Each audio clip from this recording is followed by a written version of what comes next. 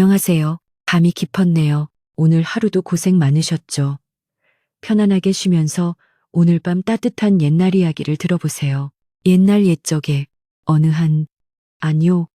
이 이야기는 그렇게 시작하지 않습니다. 이 이야기는 머나먼 옛날, 숨막히는 탕약 냄새가 가득한 궁궐의 어느 침전에서 천근만근보다 더 무거운 한숨 소리와 함께 시작된답니다. 하지만 그 한숨이 메아리치기 훨씬 전 소백산 깊은 골짜기에는 또 다른 종류의 침묵이 흐르고 있었지요. 그곳은 속세의 모든 소리가 얼어붙는 듯 고요하고도 시린 곳이었습니다. 소백산맥의 가장 외지고 높은 봉우리, 1년의 절반이 눈에 덮여 사람의 발길이 거의 닿지 않는 곳에 작은 암자가 하나 있었습니다.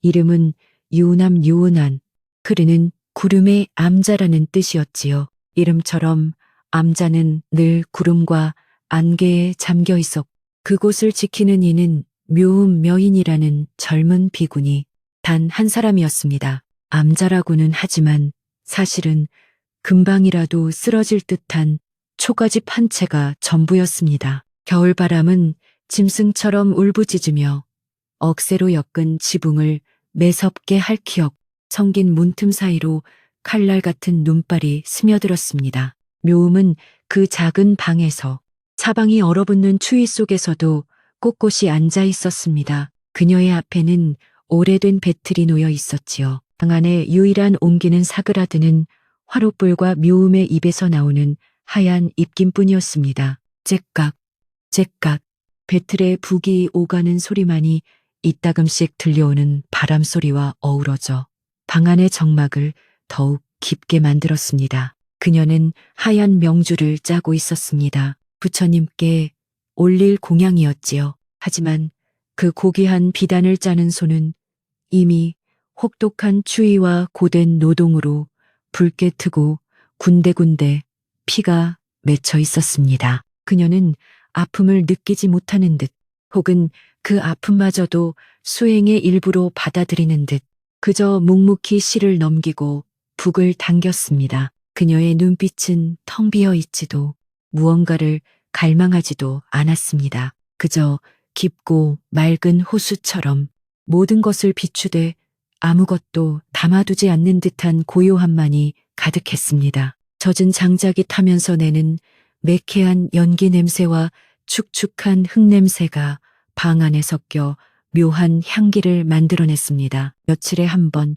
묘음은 탁발을 위해 산을 내려가야 했습니다. 그것은 배틀질보다 더 혹독한 수행이었습니다. 산 아래 마을은 유은함보다 더 혹독한 겨울을 나고 있었습니다. 몇 해째 이어진 지독한 가뭄은 백성들의 고향을 앗아갔 나라의 숭유억불 정책은 불교를 억압하는 것을 넘어 굶주린 백성들의 마음속에 승려들에 대한 경멸과 두려움을 심어 놓았습니다. 묘음이 낡고 기운 승복을 입고 앙상한 바루를 든 채 마을 어귀에 들어서자 사람들은 마치 역병 환자라도 본 듯 슬금슬금 그녀를 피했습니다.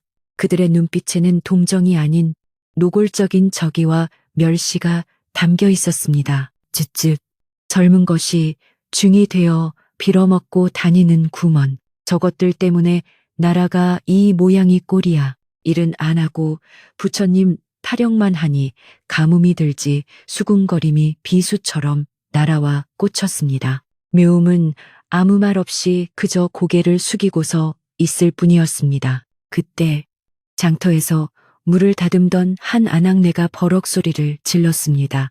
이 망할 거사 여기서 재수 없게 얼쩡거리지 말고 썩 꺼지지 못해 그녀는 홧김에 옆에 있던 곰팡이가 시퍼렇게 쓴 감자 하나를 집어 묘음의 발치에 던졌습니다. 감자는 흙탕물과 함께 묘음의 새하얀 버선발 위로 굴러떨어졌습니다. 장터에는 순간 무거운 침묵이 흘렀습니다. 모두가 그녀가 화를 내거나 혹은 울면서 도망치기를 기다리는 듯했습니다. 그러나 묘음은 그저 묵묵히 허리를 숙였습니다. 그녀는 얼어붙은 흙바닥에 떨어진 곰팡이 쓴 감자를 조심스럽게 집어들었습니다. 마치 그것이 세상에서 가장 귀한 보석이라도 되는 듯 두 손으로 공손히 받들어 자신의 바로에 담았습니다. 그리고는 감자를 던진 아낙네를 향해 그리고 자신을 경멸의 눈초리로 바라보는 모든 사람을 향해 깊이 허리를 숙여 합장했습니다. 나무 아미타불.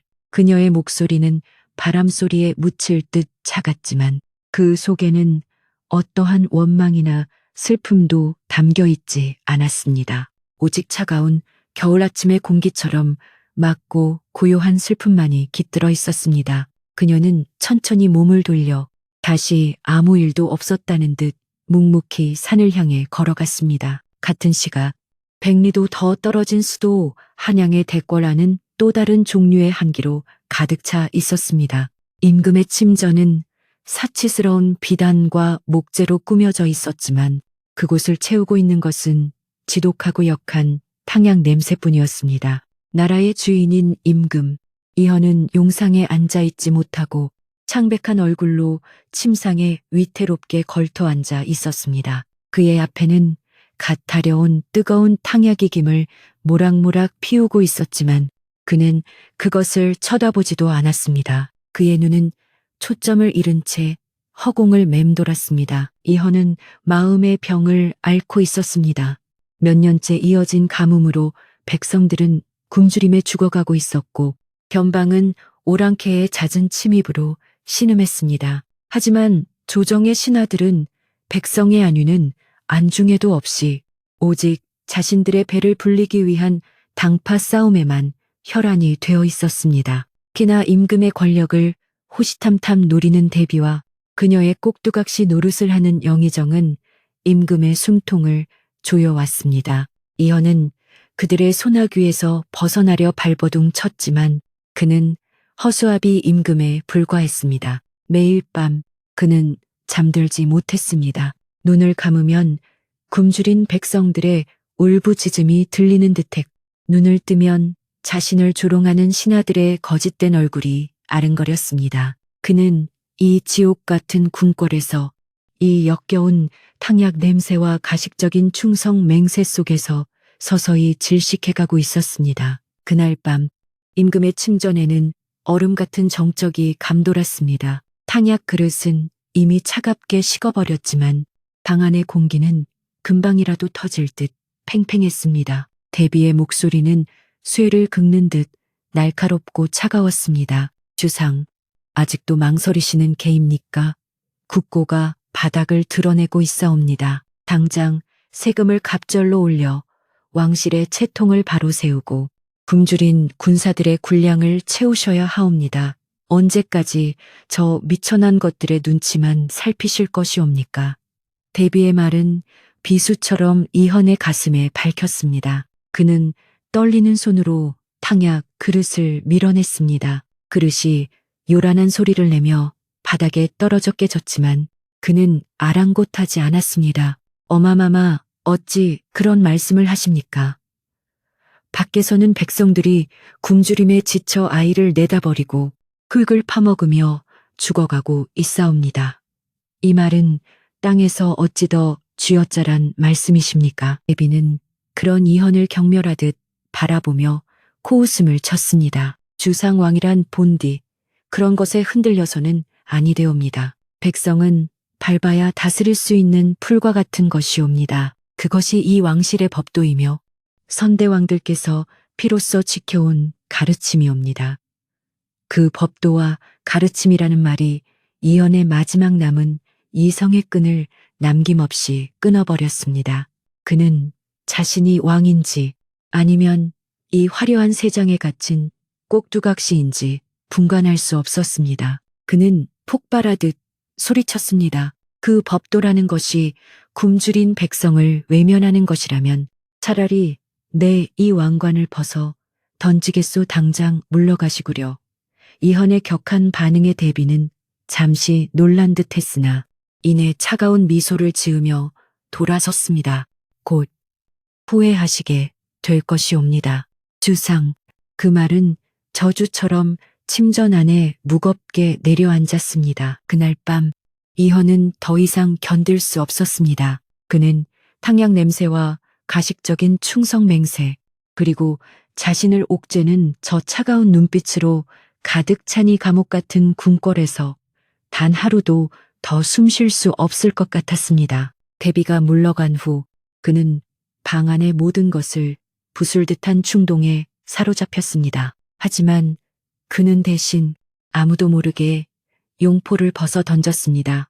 눈에 띄지 않는 값비싼 비단으로 만든 수수한 평민복으로 갈아입은 그는 오직 가장 아끼는 말 한 필과 허리에 찬 칼한 자루만을 챙겨 깊은 어둠을 틈타 몰래 궁을 빠져나왔습니다. 굳게 닫힌 국문을 지키던 병사들은 설마 임금이 자신들 앞을 스쳐 지나가리라고는 꿈에도 생각지 못했습니다. 어디로 가야 할지 정한 곳은 없었습니다. 그저 이숨 막히는 곳에서 최대한 멀리 벗어나고만 싶었습니다.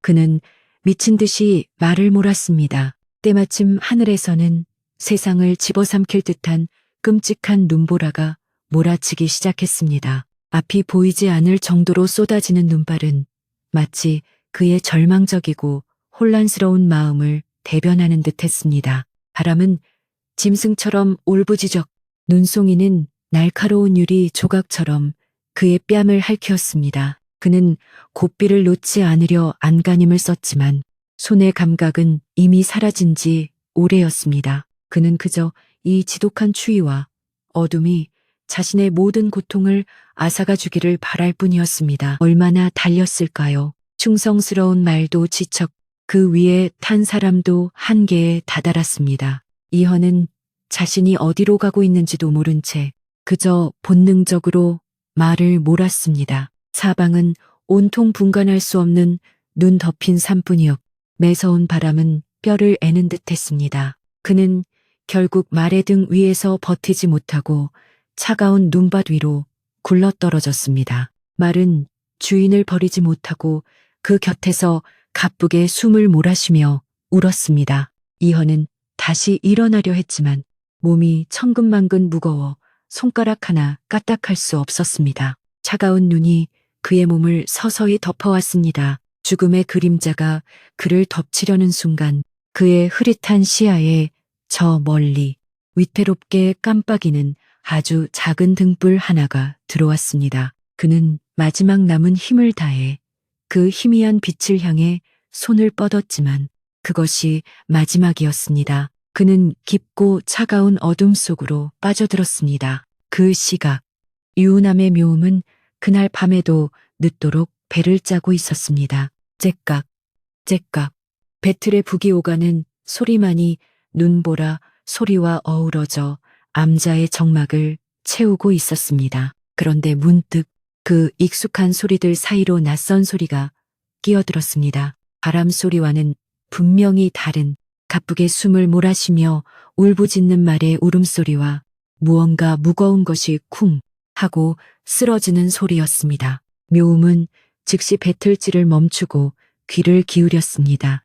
이런 깊은 산 중에 그것도 세상을 삼킬 듯한 이 무서운 눈보라를 뚫고 찾아올 사람은 아무도 없었습니다. 혹시 굶주린 호랑이나 늑대 같은 산짐승일지도 모른다는 두려움이 잠깐 스쳤습니다. 하지만 이내 바람결을 타고 아주 희미하게 들려오는 사람의 신음소리에 그녀는 망설임 없이 자리에서 일어났습니다. 묘음은 벽에 걸려있던 낮고 두꺼운 솜 누비옷을 되는 대로 걸치고 기름이 얼마 남지 않은 등불을 집어들었습니다. 그녀가 굳게 닫힌 암자문을 열자 문이 열리기를 기다렸다는 듯이 방 안의 모든 온기를 단숨에 집어삼킬 듯한 것엔 눈보라가 휘몰아쳤습니다. 등불은 금방이라도 꺼질 듯 위태롭게 흔들렸습니다. 그녀는 한 손으로 등불을 가리고 다른 한 손으로는 바람에 날아가지 않으려 문설주를 붙잡은 채 소리가 난 곳을 향해 비틀거리며 걸어갔습니다. 그리고 거기 암자 문턱에서 불과 몇 걸음 떨어진 곳에서 하얀 눈 속에 검은 형체로 파묻혀가는 한 사내를 발견했습니다. 사내는 이미 숨이 멎어가는 듯 미동조차 없었고 그 곁에는 거친 숨을 몰아쉬는 말 한필이 쓰러진 주인을 지키고 서 있었습니다. 사내는 수수한 평민의 옷을 입고 있었지만 눈에 젖어 축 늘어진 그 옷감은 한눈에 보기에도 보통 사람이 입을 수 있는 것이 아니었습니다. 묘음은 망설이지 않았습니다. 여인의 가녀린 몸으로는 장정 하나를 옮기는 것이 불가능에 가까웠지만 그녀는 자신의 모든 힘을 다해 사내를 붙잡았습니다. 이보시오. 정신을 차리시오. 이보시오. 그녀는 사내의 팔을 자신의 어깨에 두르고 질질 끌다시피 하여 암자 안으로 옮기기 시작했습니다. 차가운 눈 위로 사내의 몸에서 흘러나온 붉은 피가 몇 방울 떨어져 섬뜩한 무늬를 그렸습니다. 묘음은 사내를 아랫목의 따뜻한 곳에 겨우 눕혔습니다. 그녀 자신도 가쁜 숨을 몰아쉬었고 온몸은 땀과 녹은 눈으로 흠뻑 젖어 있었습니다. 그녀는 지체할 시간이 없다는 것을 직감했습니다. 그녀는 밖으로 나가 깨끗한 눈을 한 움큼 퍼와서 그것을 천에 적셔 사내의 이마와 얼굴에 묻은 피와 흙을 조심스럽게 닦아주었습니다. 다행히 칼에 베인 상처는 깊지 않았지만 혹독한 추위로 인한 동상이 심각해 보였습니다. 그녀는 자신이 덮고 자는 유일한 이불과 방석까지 모두 꺼내어 사내의 몸을 꽁꽁 감쌌습니다. 그리고는 얼어붙은 손을 호호 불며 작은 부엌으로 가 자신이 며칠을 아껴 먹으려 했던 마지막 남은 쌀 한 줌을 망설임 없이 털어솥에 넣었습니다. 이헌은 얼마나 잤을까요? 그는 지독한 탕약 냄새 대신 아주 은은하고 맑은 향냄새와 구수한 흰죽 냄새에 이끌려 서서히 눈을 떴습니다. 온몸은 솜에 감싸인 듯 따뜻했고 뼈마디를 쑤시던 고통도 많이 가라앉아 있었습니다. 몇 년 만에 처음으로 느껴보는 깊고 평온한 휴식이었습니다. 그의 귓가에는 세차게 울부짖던 바람 소리 대신 째깍거리는 배틀 소리와 함께 알아들을 수는 없지만 낮고 부드러운 연불 소리가 잔잔하게 들려왔습니다. 그는 무거운 눈꺼풀을 들어 올렸습니다. 희미한 등불 아래 한 여인이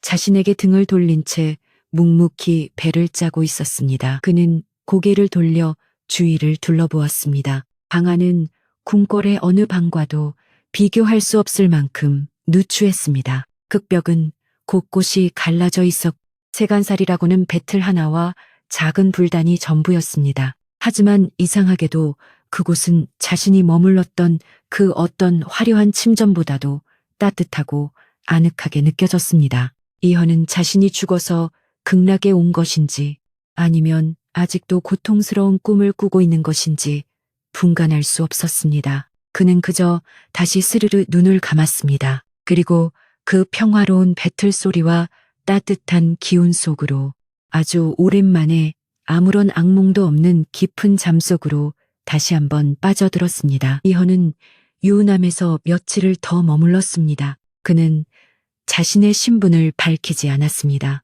그저 길을 잃고 눈보라를 만난 일개 서생이라 둘러댔지요. 묘음도 굳이 묻지 않았습니다. 그녀에게 그는 그저 구해야 할 하나의 생명일 뿐이었습니다. 이헌은 태어나서 처음으로 누추하지만 평온한 나날을 보냈습니다. 밖에서는 여전히 눈보라가 세상을 집어삼킬 듯 울부짖었지만 작은 암자는 화롯불의 온기와 묘음의 고요한 기운으로 아늑하기만 했습니다. 그는 그녀가 곰팡이 쓴 감자한 알과 멀건죽으로 끼니를 때우면서도 자신에게는 마지막 남은 쌀을 아낌없이 내어주는 것을 보았습니다. 그 가난 속에서도 그녀의 얼굴에는 어떠한 불평이나 절망의 기색도 비치지 않았습니다. 그저 묵묵히 배를 짜고 정해진 시간에 불경을 외울 뿐이었습니다. 이헌은 그 고요함이 처음에는 답답했으나 시간이 지날수록 경이롭게 느껴졌습니다. 그는 궁궐에서 매일같이 백성을 위한다고 목청을 높이던 신하들의 얼굴을 떠올렸습니다. 그들의 입에서는 늘 백성의 굶주림을 걱정하는 말이 쏟아져 나왔지만 정작 그들의 손은 단 한 번도 흙에 더럽혀진 적이 없었습니다. 하지만 이 여인은, 이 멸시받는 비구니는 아무 말 없이 자신의 마지막 밥 한 술을 나누고 있었습니다. 하루는 이현이 도저히 참지 못하고 물었습니다. 스님, 밖에서는 하늘이 비를 내리지 않아 백성들이 굶어 조정은 혼란에 빠져 나라가 망할 지경이오. 그런데 이 깊은 산중에서 매일같이 배를 짜고 불경을 외우는 것이 대체 무슨 소용이 있단 말이오. 묘음은 배를 짜던 손을 잠시 멈추었습니다. 그녀는 이현을 돌아보는 대신 방구석에 갈라진 흙벽 틈을 가리켰습니다. 그곳은 암자 안에서도 가장 춥고 빛이 들지 않는 곳이었습니다. 그런데 놀랍게도 그 얼어붙은 흙틈을 비집고 가느다란 새싹 하나가 파랗게 돋아나 있었습니다. 묘음의 목소리는 배틀 소리처럼 나직하고 일정했습니다. 저 아이는 봄을 기다리지 않습니다. 또한 바깥 세상이 눈보라에 휩싸여 있다고 해서 싹을 틔우는 것을 포기하지도 않습니다. 그저 자신이 해야 할 일, 위를 향해 뻗어나가는 그 일에만 마음을 다할 뿐이지요. 그 말은 거대한 종소리처럼 이현의 머릿속을 울렸습니다. 자신이 해야 할 일, 이현은 그만 숨이 멎는 것 같았습니다. 그는 자신이 그동안 무엇을 했는지 깨달았습니다. 그는 굶주린 백성들을 걱정하고 간신들의 농간에 분노하고 자신의 무력함에 절망했습니다. 하지만 정작 자신이 해야 할 일은 잊고 있었습니다. 그는 두려움과 절망에 사로잡혀 왕으로서 마땅히 해야 할 일을 외면하고 도망쳤던 것입니다. 묘음의 그 평범한 한마디는 그 어떤 현자의 가르침이나 신하의 직언보다도 더 깊숙이 그의 심장을 파고들었습니다. 그것이야말로 묘임, 즉 세상을 깨우치는 오묘한 소리였습니다. 그 순간 몇 년간 그를 짓눌러왔던 마음의 병이 눈 녹듯 사라지는 것을 느꼈습니다. 그의 눈에 다시 총기와 생기가 돌아오기 시작했습니다. 그로부터 며칠 뒤 요란한 말발굽 소리와 함께 산중의 고요함이 깨졌습니다. 암자의 문이 거칠게 열리고 갑옷을 입은 금군들이 눈을 잔뜩 묻힌 채 들이닥쳤습니다. 그들은 암자 안에 서 있는 이현을 발견하고는 놀라움과 안도감이 뒤섞인 표정으로 일제히 무릎을 꿇었습니다. 전하 무사하셨사옵니까? 온 한양을 뒤져 전하를 찾았사옵니다. 그제야 묘음은 자신이 구해준 사내가 이 나라의 임금이라는 사실을 알게 되었습니다. 그녀는 놀라움에 잠시 숨을 멈추었지만 이내 평정을 되찾고 금군들과 마찬가지로 조용히 엎드려 절을 올렸습니다. 이헌은 더 이상 예전의 무기력한 왕이 아니었습니다. 그는 묘음을 향해 몸을 돌려 자신을 구해준 생명의 은인을 향해 깊이 허리를 숙였습니다. 스님의 은혜 결코 잊지 않겠소. 그리고 스님께서 주신 가르침 또한 잊지 않겠소. 궁궐로 돌아온 이현은 완전히 다른 사람이 되어 있었습니다. 그의 걸음걸이에는 힘이 넘쳤고 그의 눈빛은 서리빨처럼 차갑고 단호했습니다. 그는 돌아오자마자 편전회의를 소집했습니다. 그가 사라진 사이 대비와 영의정은 임금의 옥세를 위조하여 기어코 백성들에게서 세금을 더 거두라는 명을 내리려 하고 있었습니다. 대비와 신하들은 죽은 줄 알았던 왕이 멀쩡히 돌아온 것도 모자라 전에 없던 위엄을 풍기며 용상에 앉아있는 모습에 당황한 기색이 역력했습니다. 영의정이 가식적인 눈물을 흘리며 입을 열었습니다. 전하, 그간 어디에 계셨사옵니까? 전하의 옥체가 상심하신 나머지 신들이 부득이 이헌은 그의 말을 차갑게 끊었습니다. 과인이 어디에 있었는지는 중요치 않소. 그대들이 과인이 없는 동안 무슨 짓을 했는지가 중요하지. 그는 영의정이 내밀려던 거짓 교지를 빼앗아 그 자리에서 찢어버렸습니다. 과인은 굶주린 백성에게서 세금을 더 거두는 것을 허락할 수 없어 당장 왕실의 곳간을 여러 굶주리는 백성들에게 죽을 나눠주도록 하시오. 그의 단호한 명령에 조정은 물을 끼얹은 듯 조용해졌습니다. 영의정이 당황하며 반박했습니다. 전하 아니되옵니다. 왕실의 국가는 나라의 근간이옵니다. 어찌 천한 백성들을 위해 이허는 자리에서 벌떡 일어났습니다. 근간이라 하였소.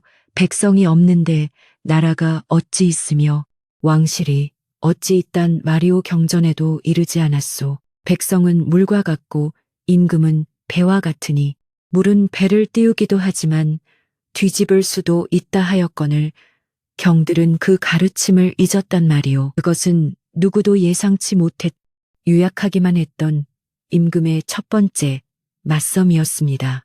그는 더 이상 대비와 신하들의 눈치를 보는 허수아비가 아니었습니다. 그는 묘음에게서 배운 지혜, 즉 자신의 일을 하는 법을 몸소 실천하고 있었습니다. 그는 유학의 경전을 인용하여 유학자들을 꾸짖어 왕의 권위로 그들의 탐욕을 억눌렀습니다. 대비는 아들의 변한 모습에 분노로 입술을 떨었지만 명분이 왕에게 있었기에 감히 나서지 못했습니다. 그날 왕실의 국가는 처음으로 백성들을 위해 열렸습니다. 이허는 개혁을 시작했습니다. 그는 가장 먼저 영의정이 몰래 빼돌리고 있던 군량미 창고를 급습하여 그 쌀을 모두 백성들에게 나누어 주었습니다. 또한 그는 묘음에 대한 감사의 표시로 비단과 쌀 그리고 따뜻한 겨울옷을 가득 실어 유은함으로 몰래 사람을 보냈습니다. 하지만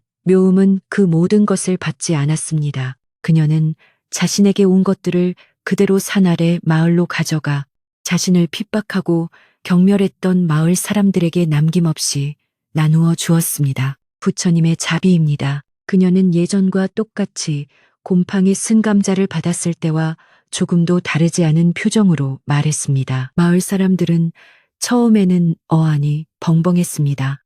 자신들이 재수 없다고 돌을 던지고 욕을 퍼부었던 그 비구니가 나라님에게서 받은 귀한 쌀과 옷을 자신들에게 나누어 주고 있었기 때문입니다. 때마침 왕이 내린 구휼미까지 마을에 도착하자 굶주림에 지쳐있던 사람들은 그제야 자신들의 어리석음을 깨닫고 눈물을 흘렸습니다. 그들은 묘음의 발치에 엎드려 잘못을 빌었습니다. 스님, 저희가 죽을 죄를 지었습니다.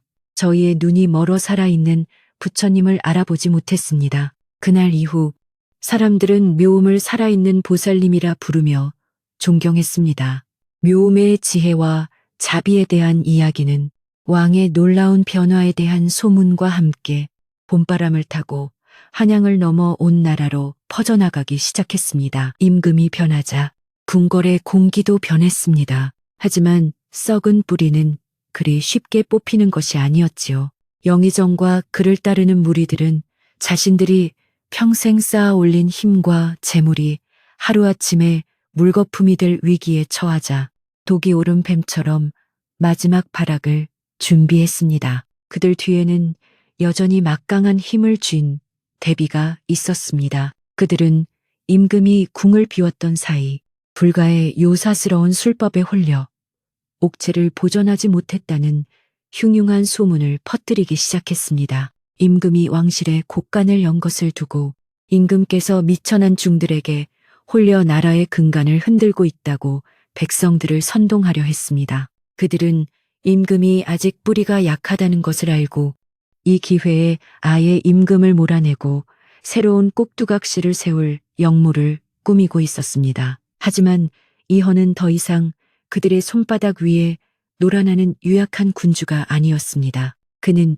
유은함에서 돌아온 직후부터 남몰래 믿을 수 있는 젊은 신하들을 규합하여 대비와 영의정 무리의 모든 움직임을 주시하고 있었습니다. 그는 그들이 몰래 군사들을 모으고 옥새를 위조하여 거짓 교지를 만들고 있다는 증거를 차곡차곡 모으고 있었습니다. 그는 묘음에게서 배운 대로 싹이 돋아날 때를 묵묵히 기다리고 있었습니다. 마침내 모든 증거가 모이고 그들의 역모가 무르익었다고 판단되던 날, 이허는 다시 편전 회의를 소집했습니다. 그날따라 편전에는 싸늘한 기운이 감돌았습니다.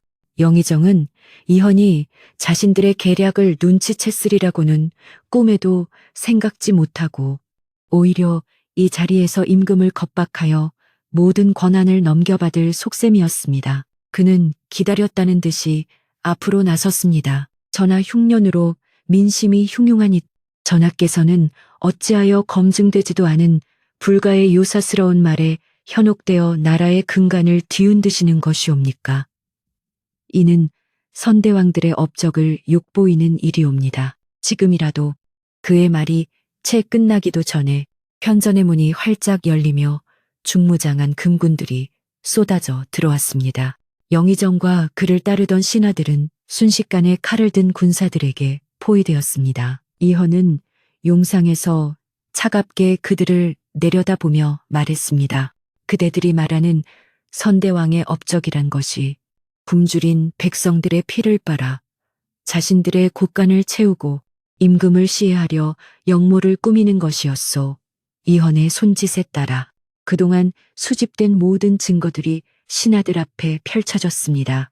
영의정이 몰래 빼돌린 군량미의 장부, 대비와 주고받은 밀서, 그리고 위조된 옥새까지 모든 것이 백일하에 드러나자 영의정의 얼굴은 잿빛으로 변했습니다. 그는 바닥에 엎드려 목숨을 구걸했지만 이헌의 눈에는 더 이상 한치의 망설임도 없었습니다.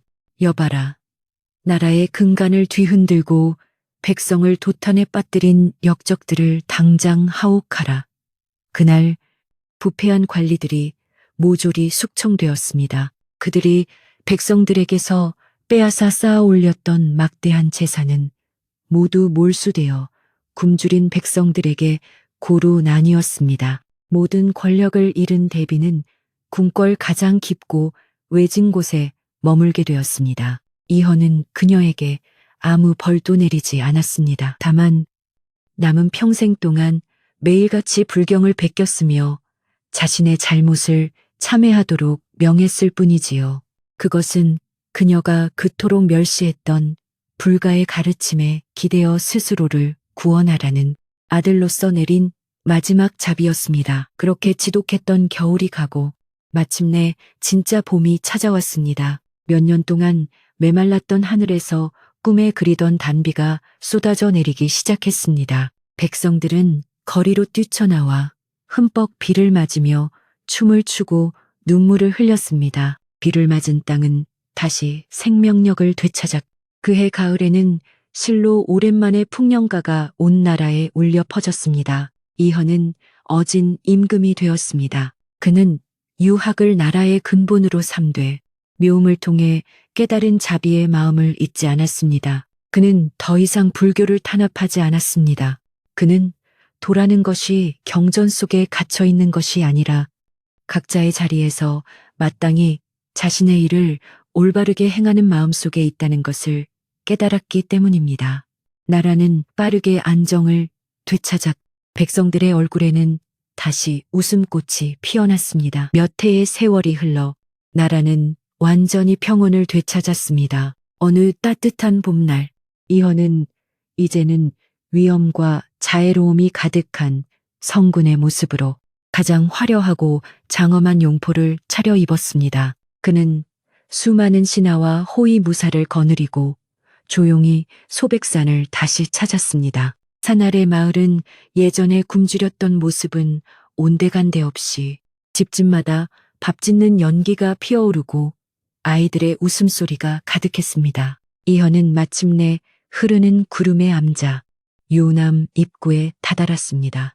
암자는 예전과 조금도 달라진 것이 없이 그저 고요하고 평화롭게 그 자리를 지키고 있었습니다. 이헌은 암자문 앞에서 걸음을 멈추었습니다. 그리고는 자신을 따르던 모든 이들에게 조용히 손을 들어 뒤로 물러나 아무 소리도 내지 말라고 명했습니다. 왁자지껄했던 행렬은 순간 숨을 죽였습니다. 바람 소리와 산새 소리만이 고요히 흘렀습니다. 이헌은 그 누추하지만 성스러운 남자의 문을 물끄러미 바라보았습니다. 그리고는 이 나라 조선의 임금으로서가 아닌 그저 길 잃고 죽어가던 한 서생의 마음으로 천천히 무릎을 꿇었습니다. 그는 자신의 이마가 차가운 흙바닥에 닿도록 아주 깊고 정중하게 첫 번째 절을 올렸습니다. 그리고 다시 일어나 두 번째 절을, 또 세 번째 절을 올렸습니다.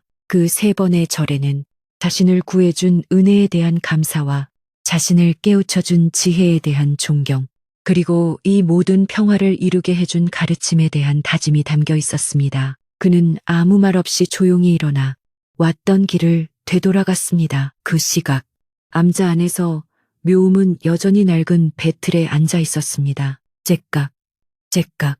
배틀 소리는 봄날의 햇살처럼 일정하고 평화로웠습니다. 그녀는 문 밖의 기척을 모르는 듯, 혹은 알면서도 개의치 않는 듯 그저 자신의 일에만 몰두하고 있었습니다. 그때 처마 끝에 매달린 풍경이 따스한 봄바람에 흔들려 댕그랑하고 맑은 소리를 냈습니다. 묘음은 짜고 있던 배틀에서 잠시 고개를 들었습니다. 그녀의 입가에 마치 저 멀리서 돋아나는 새싹 같은 아주 열고 고요한 미소가 스쳐 지나갔습니다. 네, 그래요. 행복이란 것이 꼭 궁궐에서 함께 사는 것만을 뜻하지는 않겠지요. 행복이란 그 임금님처럼 백성을 위한 자신의 길을 걷는 것이고 저스님처럼 묵묵히 자신의 자리를 지키는 것이었습니다. 그들이 만들어낸 새로운 아이는 바로 백성들의 아픔을 보듬을 줄 아는 더 따뜻하고 너그러워진 새로운 나라, 바로 그 자체였답니다. 안녕하세요. 밤이 깊었네요. 오늘 하루도 고생 많으셨죠. 편안하게 쉬면서 오늘 밤 따뜻한 옛날 이야기를 들어보세요. 옛날 옛적에 어느 아니요. 이 이야기는 그렇게 시작하지 않습니다. 이 이야기는 머나먼 옛날, 숨막히는 탕약 냄새가 가득한 궁궐의 어느 침전에서 천근만근보다 더 무거운 한숨 소리와 함께 시작된답니다. 하지만 그 한숨이 메아리치기 훨씬 전 소백산 깊은 골짜기에는 또 다른 종류의 침묵이 흐르고 있었지요. 그곳은 속세의 모든 소리가 얼어붙는 듯 고요하고도 시린 곳이었습니다. 소백산맥의 가장 외지고 높은 봉우리, 1년의 절반이 눈에 덮여 사람의 발길이 거의 닿지 않는 곳에 작은 암자가 하나 있었습니다. 이름은 유은한, 흐르는 구름의 암자라는 뜻이었지요. 이름처럼 암자는 늘 구름과 안개에 잠겨 있었고 그곳을 지키는 이는 묘음 여인이라는 젊은 비군이 단 한 사람이었습니다. 암자라고는 하지만 사실은 금방이라도 쓰러질 듯한 초가집 한 채가 전부였습니다. 겨울바람은 짐승처럼 울부짖으며 억새로 엮은 지붕을 매섭게 핥히었고 성긴 문틈 사이로 칼날 같은 눈발이 스며들었습니다. 묘음은 그 작은 방에서 사방이 얼어붙는 추위 속에서도 꼿꼿이 앉아 있었습니다. 그녀의 앞에는 오래된 배틀이 놓여 있었지요. 방 안에 유일한 옹기는 사그라드는 화롯불과 묘음의 입에서 나오는 하얀 입김뿐이었습니다. 째깍, 째깍, 배틀의 북이 오가는 소리만이 이따금씩 들려오는 바람 소리와 어우러져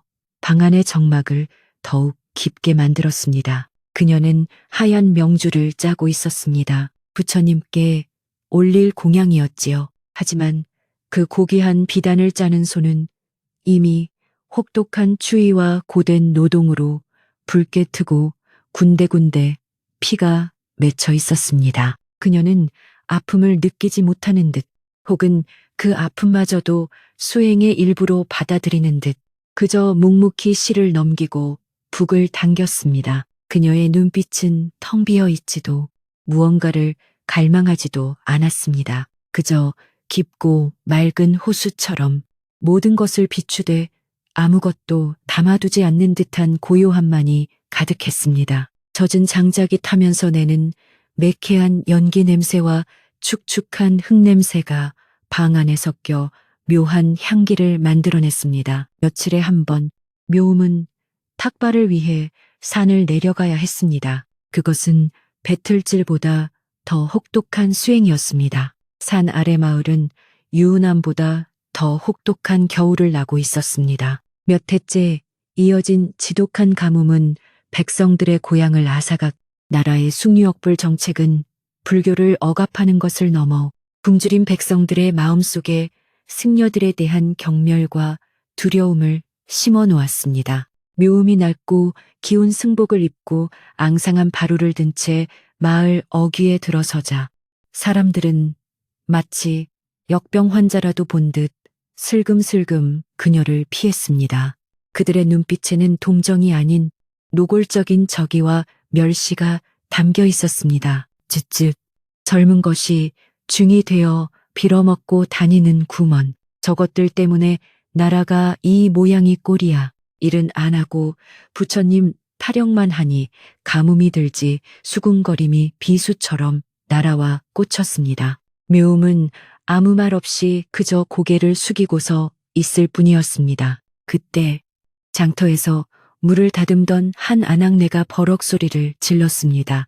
이 망할 거사, 여기서 재수 없게 얼쩡거리지 말고 썩 꺼지지 못해. 그녀는 홧김에 옆에 있던 곰팡이가 시퍼렇게 쓴 감자 하나를 집어 묘음의 발치에 던졌습니다. 감자는 흙탕물과 함께 묘음의 새하얀 버선발 위로 굴러떨어졌습니다. 장터에는 순간 무거운 침묵이 흘렀습니다. 모두가 그녀가 화를 내거나 혹은 울면서 도망치기를 기다리는 듯했습니다. 그러나 묘음은 그저 묵묵히 허리를 숙였습니다. 그녀는 얼어붙은 흙바닥에 떨어진 곰팡이 쓴 감자를 조심스럽게 집어들었습니다. 마치 그것이 세상에서 가장 귀한 보석이라도 되는 듯 두 손으로 공손히 받들어 자신의 바루에 담았습니다. 그리고는 감자를 던진 아낙네를 향해 그리고 자신을 경멸의 눈초리로 바라보는 모든 사람을 향해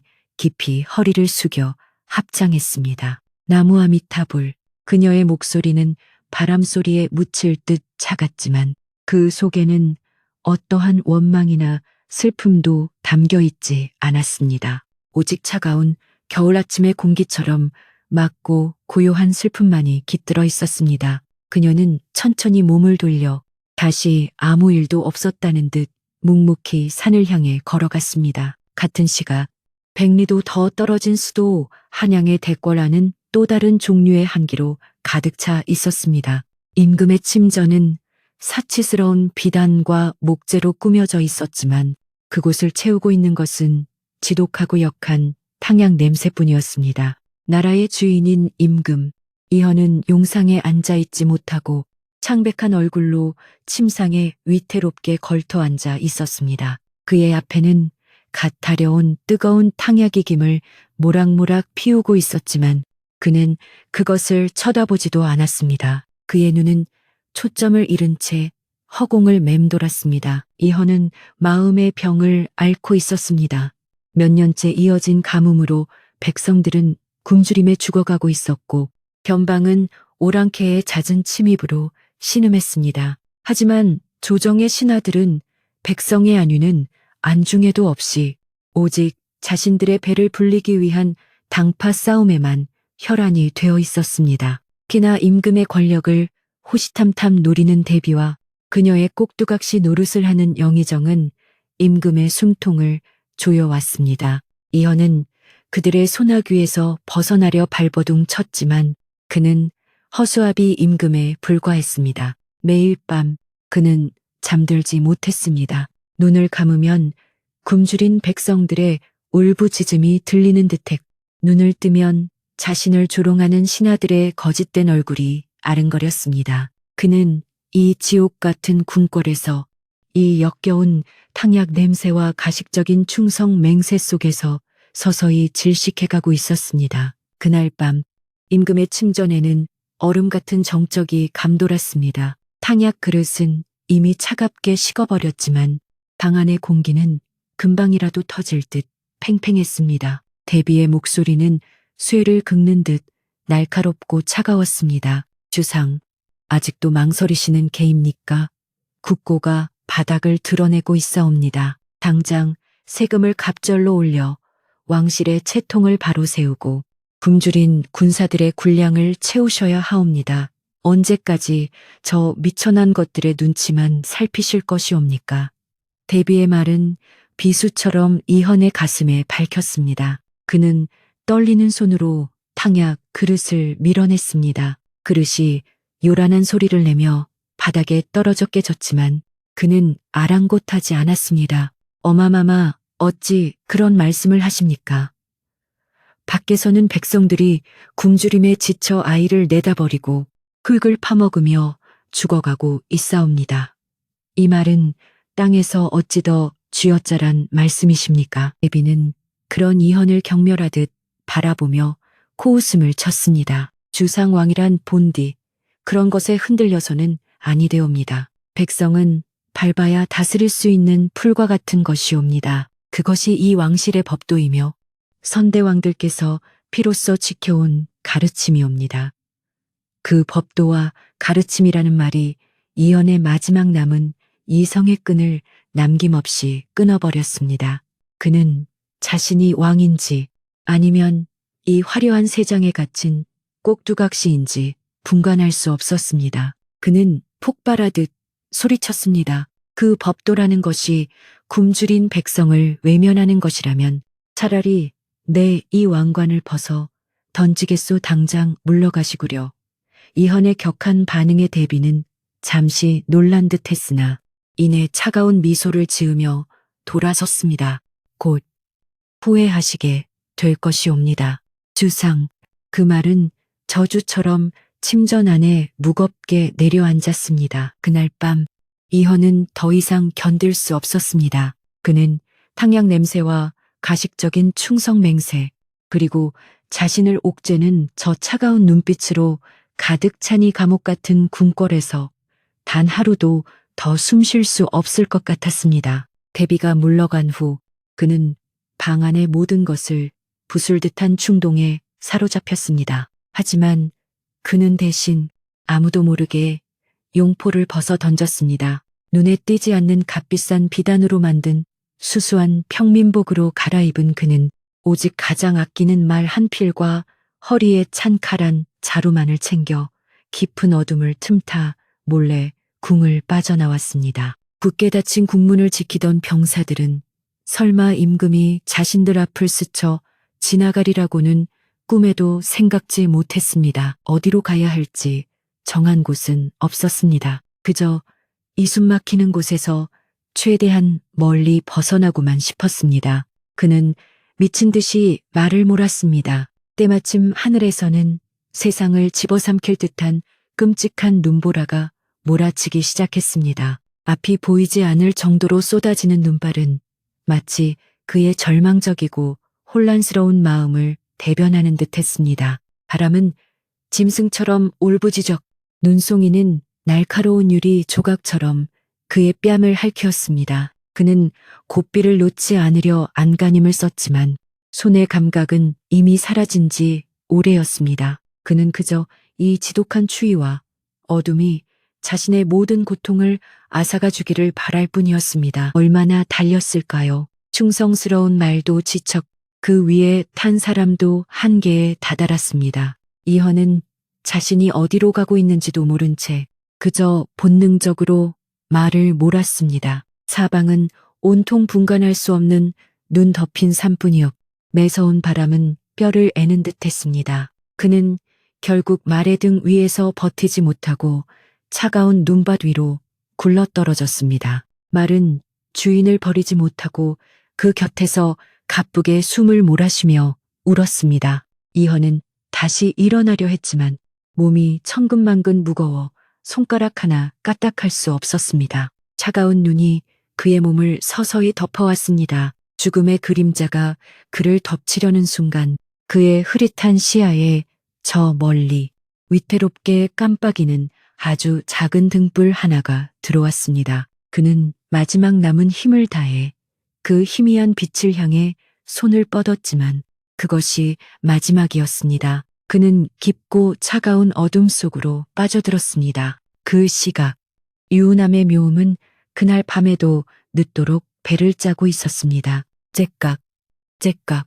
배틀의 북이 오가는 소리만이 눈보라 소리와 어우러져 암자의 정막을 채우고 있었습니다. 그런데 문득 그 익숙한 소리들 사이로 낯선 소리가 끼어들었습니다. 바람 소리와는 분명히 다른 가쁘게 숨을 몰아쉬며 울부짖는 말의 울음소리와 무언가 무거운 것이 쿵 하고 쓰러지는 소리였습니다. 묘음은 즉시 배틀질을 멈추고 귀를 기울였습니다. 이런 깊은 산 중에 그것도 세상을 삼킬 듯한 이 무서운 눈보라를 뚫고 찾아올 사람은 아무도 없었습니다. 혹시 굶주린 호랑이나 늑대 같은 산짐승일지도 모른다는 두려움이 잠깐 스쳤습니다. 하지만 이내 바람결을 타고 아주 희미하게 들려오는 사람의 신음소리에 그녀는 망설임 없이 자리에서 일어났습니다. 묘음은 벽에 걸려있던 낮고 두꺼운 솜 누비옷을 되는 대로 걸치고 기름이 얼마 남지 않은 등불을 집어들었습니다. 그녀가 굳게 닫힌 암자 문을 열자 문이 열리기를 기다렸다는 듯이 방 안의 모든 온기를 단숨에 집어삼킬 듯한 것엔 눈보라가 휘몰아쳤습니다. 등불은 금방이라도 꺼질 듯 위태롭게 흔들렸습니다. 그녀는 한 손으로 등불을 가리고 다른 한 손으로는 바람에 날아가지 않으려 문설주를 붙잡은 채 소리가 난 곳을 향해 비틀거리며 걸어갔습니다. 그리고 거기 암자 문턱에서 불과 몇 걸음 떨어진 곳에서 하얀 눈 속에 검은 형체로 파묻혀가는 한 사내를 발견했습니다. 사내는 이미 숨이 멎어가는 듯 미동조차 없었고 그 곁에는 거친 숨을 몰아쉬는 말 한필이 쓰러진 주인을 지키고 서 있었습니다. 사내는 수수한 평민의 옷을 입고 있었지만 눈에 젖어 축 늘어진 그 옷감은 한눈에 보기에도 보통 사람이 입을 수 있는 것이 아니었습니다. 묘음은 망설이지 않았습니다. 여인의 가녀린 몸으로는 장정 하나를 옮기는 것이 불가능에 가까웠지만 그녀는 자신의 모든 힘을 다해 사내를 붙잡았습니다. 이보시오. 정신을 차리시오. 이보시오. 그녀는 사내의 팔을 자신의 어깨에 두르고 질질 끌다시피 하여 암자 안으로 옮기기 시작했습니다. 차가운 눈 위로 사내의 몸에서 흘러나온 붉은 피가 몇 방울 떨어져 섬뜩한 무늬를 그렸습니다. 묘음은 사내를 아랫목의 따뜻한 곳에 겨우 눕혔습니다. 그녀 자신도 가쁜 숨을 몰아쉬었고 온몸은 땀과 녹은 눈으로 흠뻑 젖어 있었습니다. 그녀는 지체할 시간이 없다는 것을 직감했습니다. 그녀는 밖으로 나가 깨끗한 눈을 한 움큼 퍼와서 그것을 천에 적셔 사내의 이마와 얼굴에 묻은 피와 흙을 조심스럽게 닦아주었습니다. 다행히 칼에 베인 상처는 깊지 않았지만 혹독한 추위로 인한 동상이 심각해 보였습니다. 그녀는 자신이 덮고 자는 유일한 이불과 방석까지 모두 꺼내어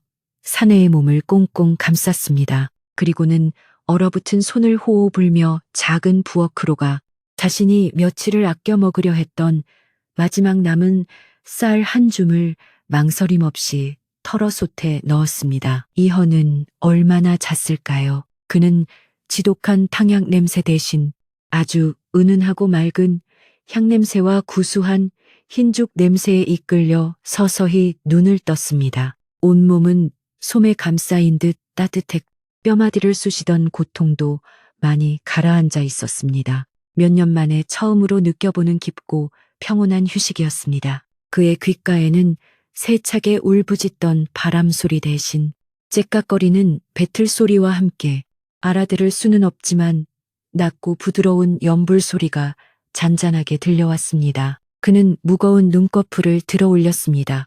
희미한 등불 아래 한 여인이 자신에게 등을 돌린 채 묵묵히 배를 짜고 있었습니다. 그는 고개를 돌려 주위를 둘러보았습니다. 방 안은 궁궐의 어느 방과도 비교할 수 없을 만큼 누추했습니다. 극벽은 곳곳이 갈라져 있었고 세간살이라고는 배틀 하나와 작은 불단이 전부였습니다. 하지만 이상하게도 그곳은 자신이 머물렀던 그 어떤 화려한 침전보다도 따뜻하고 아늑하게 느껴졌습니다. 이현은 자신이 죽어서 극락에 온 것인지 아니면 아직도 고통스러운 꿈을 꾸고 있는 것인지 분간할 수 없었습니다. 그는 그저 다시 스르르 눈을 감았습니다. 그리고 그 평화로운 배틀 소리와 따뜻한 기운 속으로 아주 오랜만에 아무런 악몽도 없는 깊은 잠 속으로 다시 한번 빠져들었습니다. 이현은 유은함에서 며칠을 더 머물렀습니다.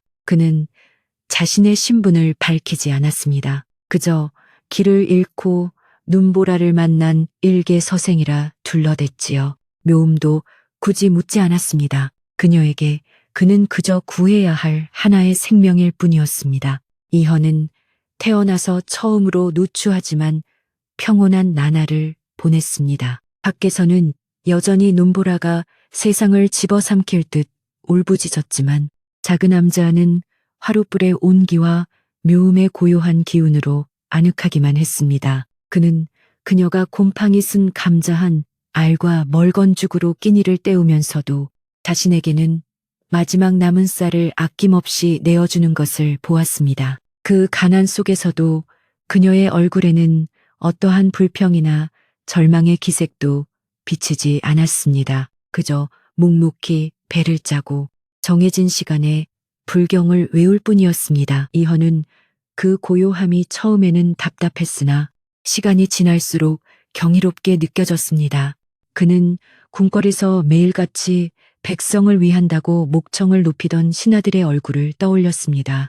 그들의 입에서는 늘 백성의 굶주림을 걱정하는 말이 쏟아져 나왔지만 정작 그들의 손은 단 한 번도 흙에 더럽혀진 적이 없었습니다. 하지만 이 여인은, 이 멸시받는 비구니는 아무 말 없이 자신의 마지막 밥 한 술을 나누고 있었습니다. 하루는 이현이 도저히 참지 못하고 물었습니다. 스님, 밖에서는 하늘이 비를 내리지 않아 백성들이 굶어 조정은 혼란에 빠져 나라가 망할 지경이요. 그런데 이 깊은 산중에서 매일같이 배를 짜고 불경을 외우는 것이 대체 무슨 소용이 있단 말이오. 묘음은 배를 짜던 손을 잠시 멈추었습니다. 그녀는 이현을 돌아보는 대신 방구석에 갈라진 흙벽 틈을 가리켰습니다. 그곳은 암자 안에서도 가장 춥고 빛이 들지 않는 곳이었습니다. 그런데 놀랍게도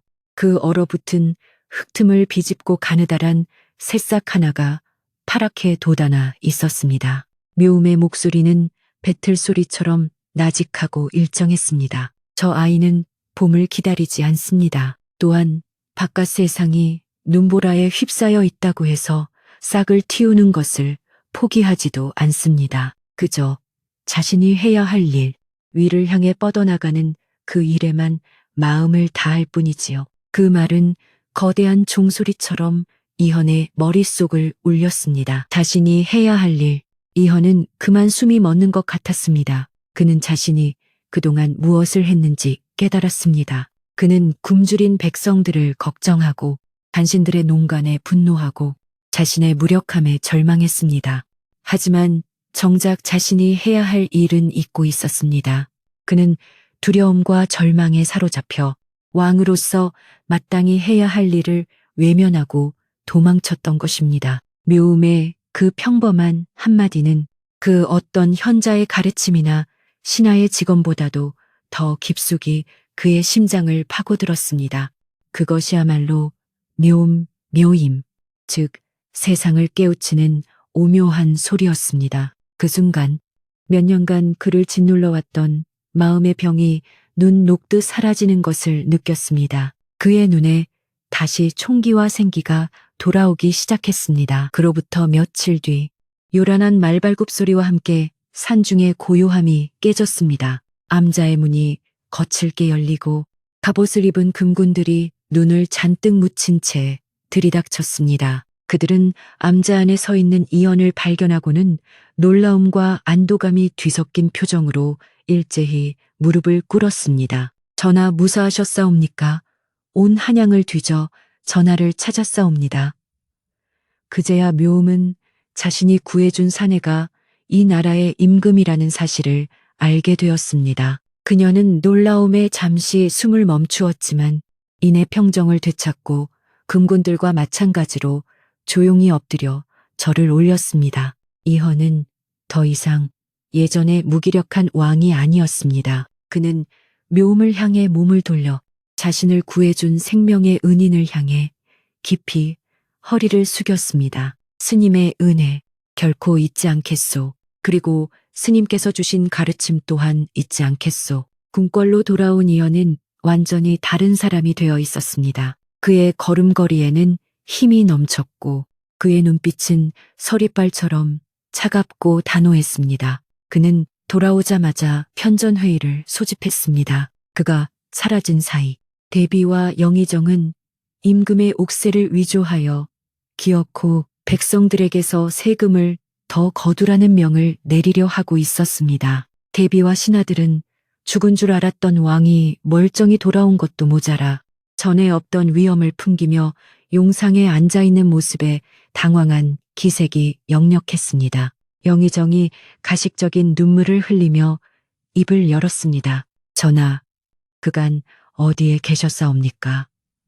전하의 옥체가 상심하신 나머지 신들이 부득이 이헌은 그의 말을 차갑게 끊었습니다. 과인이 어디에 있었는지는 중요치 않소. 그대들이 과인이 없는 동안 무슨 짓을 했는지가 중요하지. 그는 영의정이 내밀려던 거짓 교지를 빼앗아 그 자리에서 찢어버렸습니다. 과인은 굶주린 백성에게서 세금을 더 거두는 것을 허락할 수 없소. 당장 왕실의 곳간을 여러 굶주리는 백성들에게 죽을 나눠주도록 하시오. 그의 단호한 명령에 조정은 물을 끼얹은 듯 조용해졌습니다. 영의정이 당황하며 반박했습니다. 전하 아니되옵니다. 왕실의 곳간은 나라의 근간이옵니다. 어찌 천한 백성들을 위해 이헌은 자리에서 벌떡 일어났습니다. 근간이라 하였소. 백성이 없는데 나라가 어찌 있으며 왕실이 어찌 있단 마리오 경전에도 이르지 않았소. 백성은 물과 같고 임금은 배와 같으니 물은 배를 띄우기도 하지만 뒤집을 수도 있다 하였거늘 경들은 그 가르침을 잊었단 말이오. 그것은 누구도 예상치 못했 유약하기만 했던 임금의 첫 번째 맞섬이었습니다.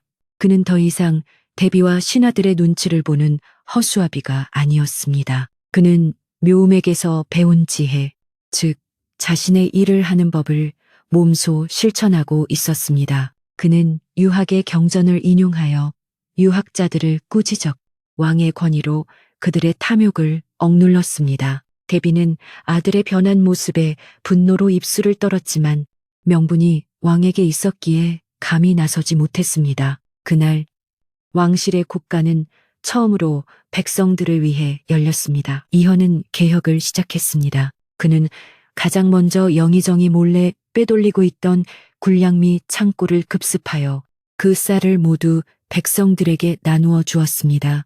또한 그는 묘음에 대한 감사의 표시로 비단과 쌀 그리고 따뜻한 겨울옷을 가득 실어 유은함으로 몰래 사람을 보냈습니다. 하지만 묘음은 그 모든 것을 받지 않았습니다. 그녀는 자신에게 온 것들을 그대로 산 아래 마을로 가져가 자신을 핍박하고 경멸했던 마을 사람들에게 남김없이 나누어 주었습니다. 부처님의 자비입니다. 그녀는 예전과 똑같이 곰팡이 쓴 감자를 받았을 때와 조금도 다르지 않은 표정으로 말했습니다. 마을 사람들은 처음에는 어안이 벙벙했습니다. 자신들이 재수 없다고 돌을 던지고 욕을 퍼부었던 그 비구니가 나라님에게서 받은 귀한 쌀과 옷을 자신들에게 나누어 주고 있었기 때문입니다. 때마침 왕이 내린 구휼미까지 마을에 도착하자 굶주림에 지쳐있던 사람들은 그제야 자신들의 어리석음을 깨닫고 눈물을 흘렸습니다. 그들은 묘음의 발치에 엎드려 잘못을 빌었습니다. 스님, 저희가 죽을 죄를 지었습니다.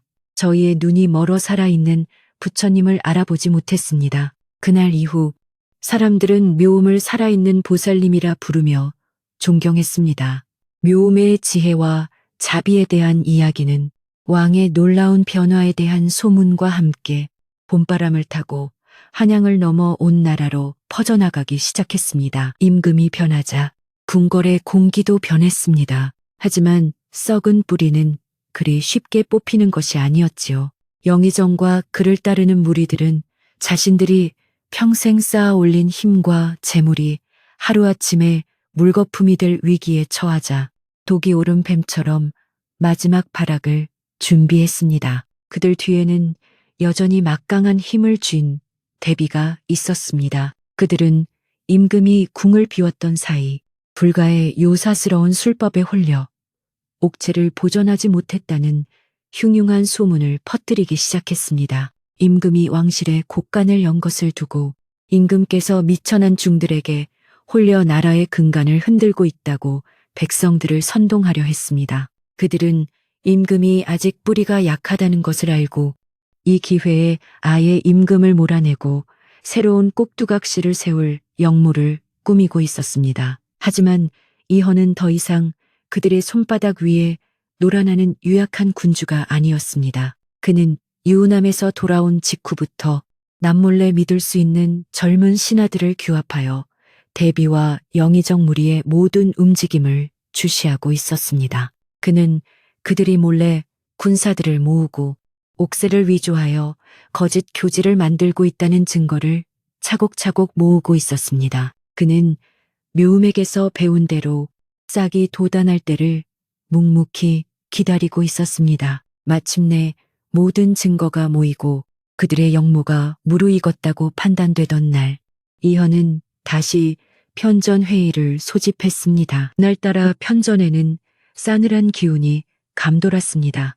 영의정은 이헌이 자신들의 계략을 눈치챘으리라고는 꿈에도 생각지 못하고 오히려 이 자리에서 임금을 겁박하여 모든 권한을 넘겨받을 속셈이었습니다. 그는 기다렸다는 듯이 앞으로 나섰습니다. 전하 흉년으로 민심이 흉흉하니 전하께서는 어찌하여 검증되지도 않은 불가의 요사스러운 말에 현혹되어 나라의 근간을 뒤흔드시는 것이옵니까?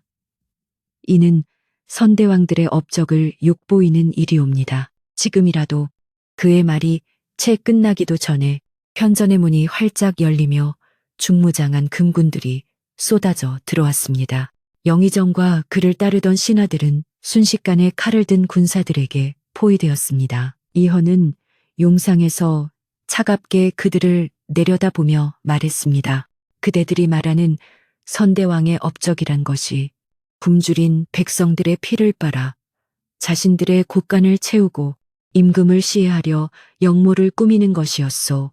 이헌의 손짓에 따라 그동안 수집된 모든 증거들이 신하들 앞에 펼쳐졌습니다. 영의정이 몰래 빼돌린 군량미의 장부, 대비와 주고받은 밀서, 그리고 위조된 옥새까지 모든 것이 백일하에 드러나자 영의정의 얼굴은 잿빛으로 변했습니다. 그는 바닥에 엎드려 목숨을 구걸했지만 이헌의 눈에는 더 이상 한치의 망설임도 없었습니다. 여봐라. 나라의 근간을 뒤흔들고 백성을 도탄에 빠뜨린 역적들을 당장 하옥하라. 그날 부패한 관리들이 모조리 숙청되었습니다. 그들이 백성들에게서 빼앗아 쌓아 올렸던 막대한 재산은 모두 몰수되어 굶주린 백성들에게 고루 나뉘었습니다. 모든 권력을 잃은 대비는 궁궐 가장 깊고 외진 곳에 머물게 되었습니다. 이헌은 그녀에게 아무 벌도 내리지 않았습니다. 다만 남은 평생 동안 매일같이 불경을 베꼈으며 자신의 잘못을 참회하도록 명했을 뿐이지요. 그것은 그녀가 그토록 멸시했던 불가의 가르침에 기대어 스스로를 구원하라는 아들로서 내린 마지막 잡이었습니다. 그렇게 지독했던 겨울이 가고 마침내 진짜 봄이 찾아왔습니다. 몇 년 동안 메말랐던 하늘에서 꿈에 그리던 단비가 쏟아져 내리기 시작했습니다. 백성들은 거리로 뛰쳐나와 흠뻑 비를 맞으며 춤을 추고 눈물을 흘렸습니다. 비를 맞은 땅은 다시 생명력을 되찾아 그해 가을에는 실로 오랜만에 풍년가가 온 나라에 울려 퍼졌습니다. 이헌은 어진 임금이 되었습니다. 그는 유학을 나라의 근본으로 삼되 묘음을 통해 깨달은 자비의 마음을 잊지 않았습니다. 그는 더 이상 불교를 탄압하지 않았습니다. 그는 도라는 것이 경전 속에 갇혀 있는 것이 아니라 각자의 자리에서 마땅히 자신의 일을 올바르게 행하는 마음 속에 있다는 것을 깨달았기 때문입니다. 나라는 빠르게 안정을 되찾아 백성들의 얼굴에는 다시 웃음꽃이 피어났습니다. 몇 해의 세월이 흘러 나라는 완전히 평온을 되찾았습니다. 어느 따뜻한 봄날, 이현은 이제는 위엄과 자애로움이 가득한 성군의 모습으로 가장 화려하고 장엄한 용포를 차려입었습니다. 그는 수많은 신하와 호위무사를 거느리고 조용히 소백산을 다시 찾았습니다. 산 아래 마을은 예전에 굶주렸던 모습은 온데간데 없이 집집마다 밥 짓는 연기가 피어오르고 아이들의 웃음소리가 가득했습니다. 이현은 마침내 흐르는 구름의 암자, 유남 입구에 다다랐습니다. 암자는 예전과 조금도 달라진 것이 없이 그저 고요하고 평화롭게 그 자리를 지키고 있었습니다. 이현은 암자문 앞에서 걸음을 멈추었습니다. 그리고는 자신을 따르던 모든 이들에게 조용히 손을 들어 뒤로 물러나 아무 소리도 내지 말라고 명했습니다. 왁자지껄했던 행렬은 순간 숨을 죽였습니다. 바람 소리와 산새 소리만이 고요히 흘렀습니다. 이현은 그 누추하지만 성스러운 남자의 문을 물끄러미 바라보았습니다. 그리고는 이 나라 조선의 임금으로서가 아닌 그저 길 잃고 죽어가던 한 서생의 마음으로 천천히 무릎을 꿇었습니다. 그는 자신의 이마가 차가운 흙바닥에 닿도록 아주 깊고 정중하게 첫 번째 절을 올렸습니다. 그리고 다시 일어나 두 번째 절을, 또 세 번째 절을 올렸습니다. 그 세 번의 절에는 자신을 구해준 은혜에 대한 감사와 자신을 깨우쳐준 지혜에 대한 존경, 그리고 이 모든 평화를 이루게 해준 가르침에 대한 다짐이 담겨 있었습니다. 그는 아무 말 없이 조용히 일어나 왔던 길을 되돌아갔습니다. 그 시각, 암자 안에서 묘음은 여전히 낡은 배틀에 앉아 있었습니다. 째깍, 째깍. 배틀 소리는 봄날의 햇살처럼 일정하고 평화로웠습니다. 그녀는 문 밖의 기척을 모르는 듯 혹은 알면서도 개의치 않는 듯 그저 자신의 일에만 몰두하고 있었습니다. 그때 처마 끝에 매달린 풍경이 따스한 봄바람에 흔들려 댕그랑하고 맑은 소리를 냈습니다. 묘음은 짜고 있던 배틀에서 잠시 고개를 들었습니다. 그녀의 입가에 마치 저 멀리서 돋아나는 새싹 같은 아주 열고 고요한 미소가 스쳐 지나갔습니다. 네, 그래요. 행복이란 것이 꼭 궁궐에서 함께 사는 것만을 뜻하지는 않겠지요. 행복이란 그 임금님처럼 백성을 위한 자신의 길을 걷는 것이고 저 스님처럼 묵묵히 자신의 자리를 지키는 것이었습니다. 그들이 만들어낸 새로운 아이는 바로 백성들의 아픔을 보듬을 줄 아는 더 따뜻하고 너그러워진 새로운 나라, 바로 그 자체였답니다.